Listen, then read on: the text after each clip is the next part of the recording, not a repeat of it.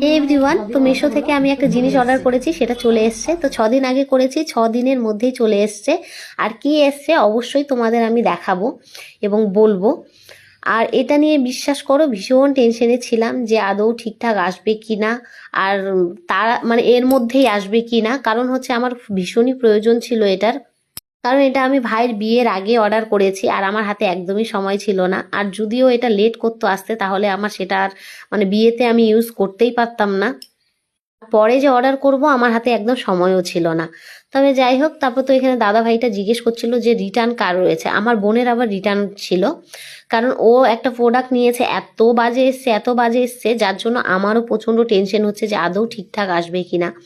ঠিক না হলে আমার হাতে আর সময় নেই যে আমি আবার অর্ডার করব বা আবার কিনবো আর কি মার্কেট থেকে। একদমই হাতে সময় কম ছিল। আর এখানে দাদা ভাইটা বলছিল 500 টাকা মানে খুচরো দিতে, আমার কাছে খুচরো ছিল না বলে ওই 500 টাকার নোট দিয়েছি, তারপর আমাকে খুচরো দিয়ে দিয়েছে। তো চলো কি নিয়েছি সেটা দেখার জন্য নেক্সট ভিডিও দেখতে